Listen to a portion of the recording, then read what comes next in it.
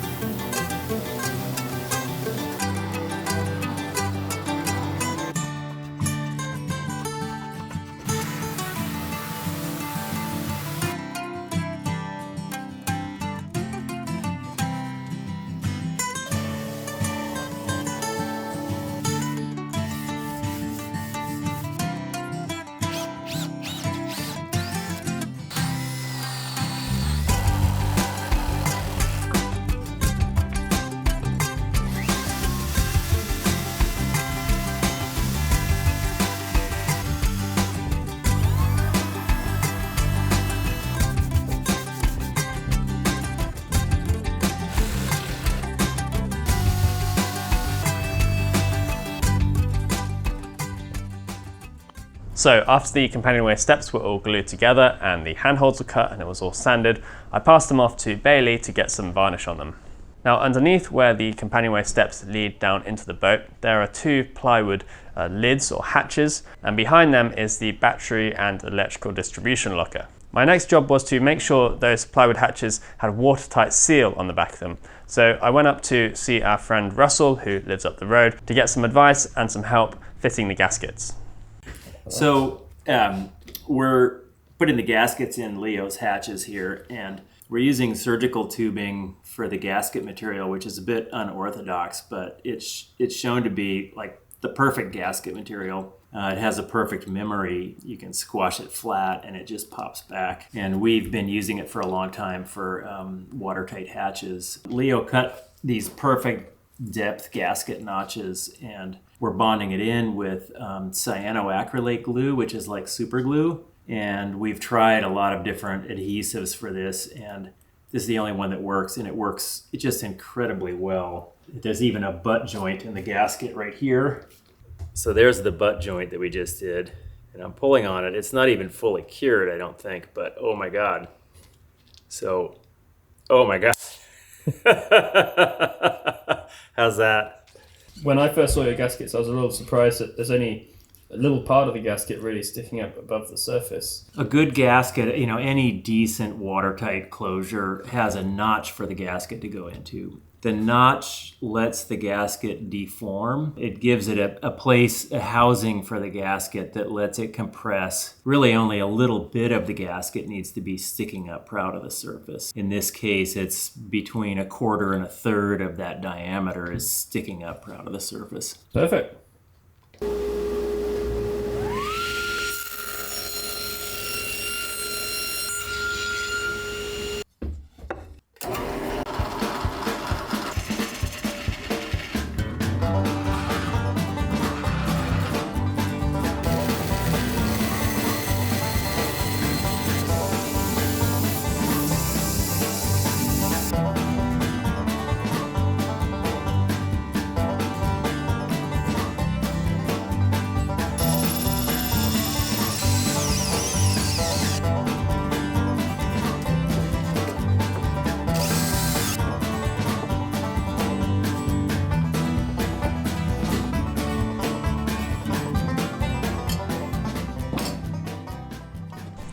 So the small live oak dogs that I made hold the hatches in place and maintain a good even pressure around the gasket seal. Those openings when they close should be completely airtight. Although that locker does have ventilation, it pulls air up through from the bilge and then all the way up, and at the back of the locker there's some vents with fans that circulate the hot air out through the engine room. Now, talking of ventilation, having air moving through a boat is really, really important, especially on a wooden boat. It helps to get rid of the moisture and keep things fresh and stop things from developing mold and rot. To facilitate that, most boats have vents of some kind on deck, and it's particularly important right in the bow and right in the stern of the boat so that you can get air flowing all the way through. On tally-ho, ventilation is especially important because we're trying to circulate a lot of extra air through the engine room to keep the temperature down. Part of that system is a fan which pulls hot air out of the engine room and into the lazarette, and then we need passive vents in the lazarette to let that warm air escape. Now, delayed vents would be a very common style of vent to use in this situation, but they're really not age appropriate for this style of boat. Mushroom vents would look better, but they take up a lot of deck space and don't actually allow a huge amount of air through. So we decided to design and build some custom vents that fit right out underneath the cap rail, so they're utilizing space which is not used for anything else. They're very out of the way. Now, Bob did a lot of the design work on these, and he's now started building them out of bronze plate.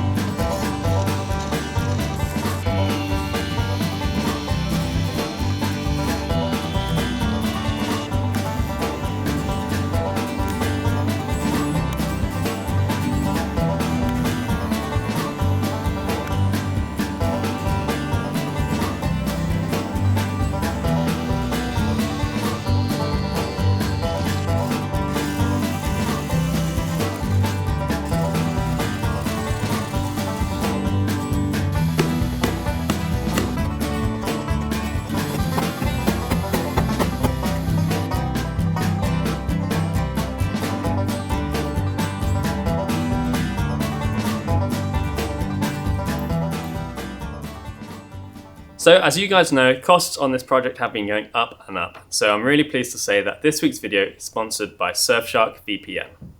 Now, I love living in the USA, but sometimes after a hard day's boat building or video editing, all I want to do is sit back and watch one of my favourite British TV soap operas. Unfortunately, many streaming services are geographically restricted when you're in a different country. With Surfshark VPN, I can change my virtual location to bypass those restrictions and watch all my favourite TV shows. Beep.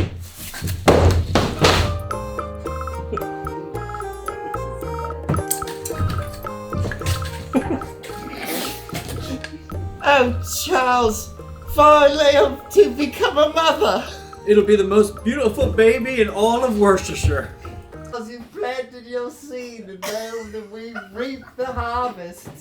Now, as well as being useful for unblocking all of your favourite streaming platforms, Surfshark VPN can also keep your personal data safe and secure from prying eyes. Right now, you can get an exclusive Surfshark deal by entering the promo code TALLYHO for extra 3 months for free. Links in the video description. Okay, Mother, one more big push. Are you ready to be parents? Not on my watch, Granduncle! Balderdash!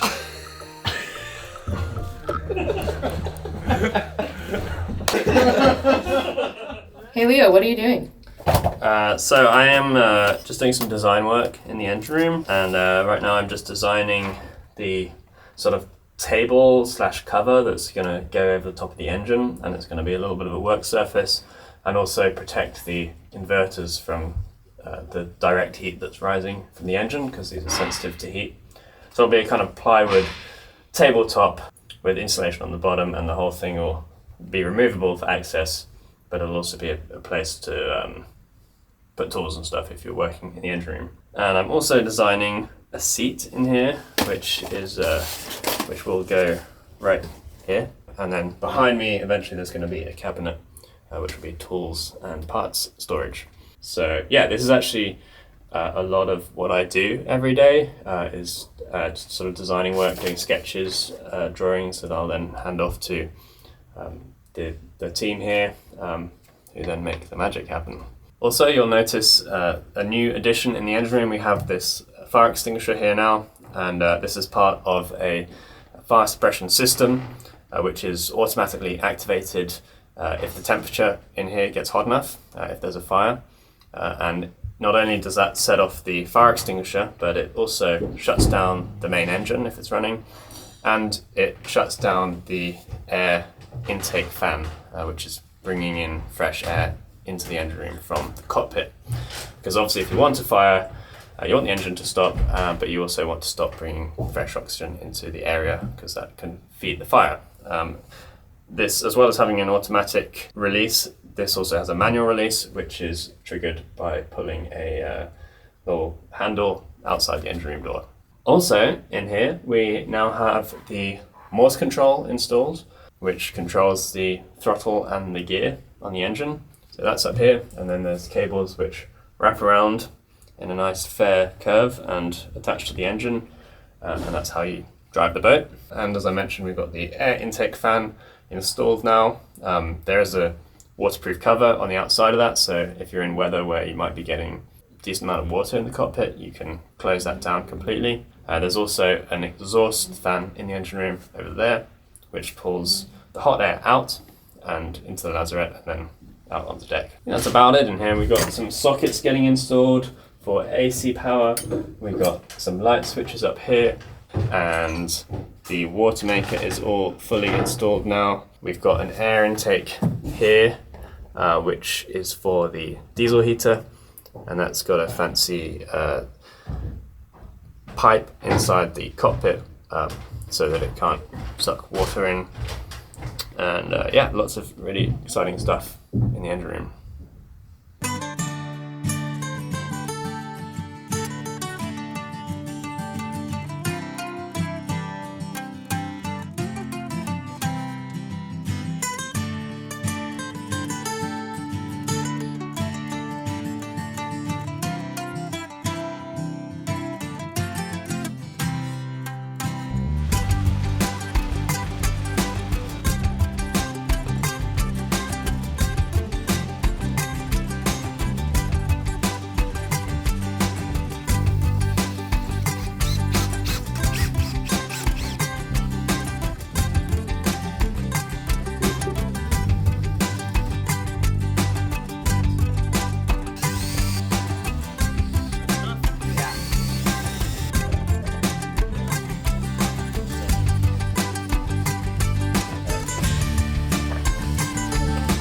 Oh, snap, dude. Whoa.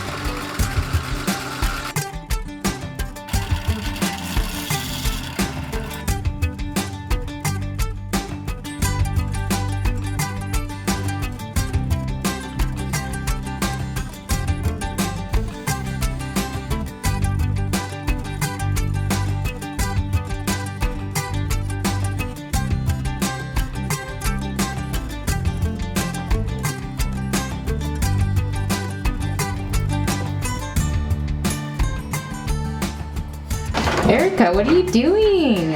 I'm establishing some of the main wire runs for outlets and things like that. And is it American outlets or UK ones? Both. Oh. Double the trouble. What about other international guests? Will we accommodate them? I think there are adapters. Perfect.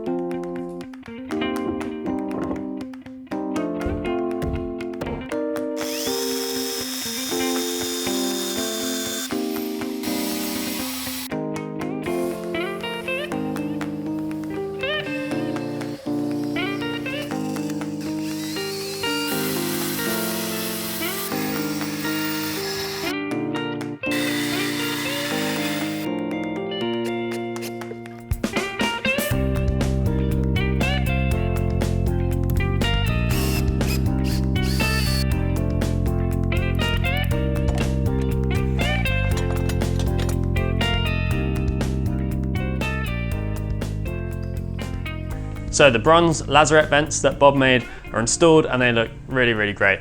They are behind the aft caval cleats and the sort of courtenay there between the bulwarks and the transom, so they don't take up any usable deck space, and they provide a good way for the hot air that's coming from the engine room through the lazarette to escape onto deck. Having that hot air pass through the lazarette and also having the main exhaust and the heater exhaust also pass through the lazarette is, I think, a really good thing, because lazarettes can often be sort of very cold and damp, wet places. Maybe fenders get thrown in there and they're damp, maybe wet sails get thrown in there, but having all that heat going through is going to help keep it dry. Now, as well as installing the caval cleat and the stern knee that go over the lazarette vent, Bob has also been installing a bunch of other caval cleats, some regular ones, but also in the middle part of the boat, a special caval cleat that includes a fairlead through from the outside to the inside of the boat. Now, these are sometimes described as Panama cleats, or it could be described as some kind of hawse, but essentially it's a fairlead. It's a way to get a mooring line from the outside of the boat to the inside through the bulwark planks. And this particular fairlead is in the middle of the boat, more or less, and that means it'll be a useful place to lead spring lines when moored alongside a dock or another boat. But actually, we're also going to be using this fairlead to lead one of the jib sheets through to get that into the boat and onto a winch. You'll see that the caval cleat is a special shape, different to the other ones, and it very elegantly incorporates the shape of the bronze fairlead, which was made again by PT Foundry. And when it's used for a mooring line, that line will come through the bronze fairlead and immediately be cleated off on that caval cleat.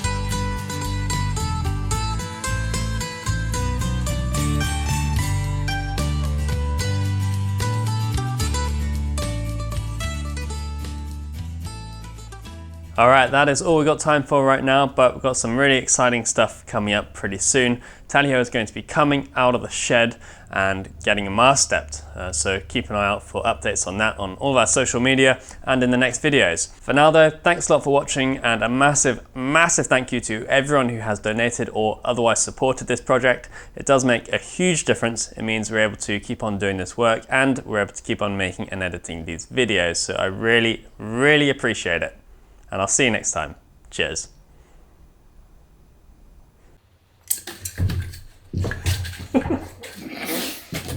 Hold it out of screen.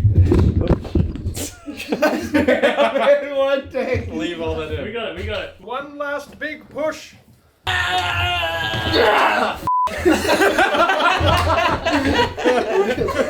It's just like last time.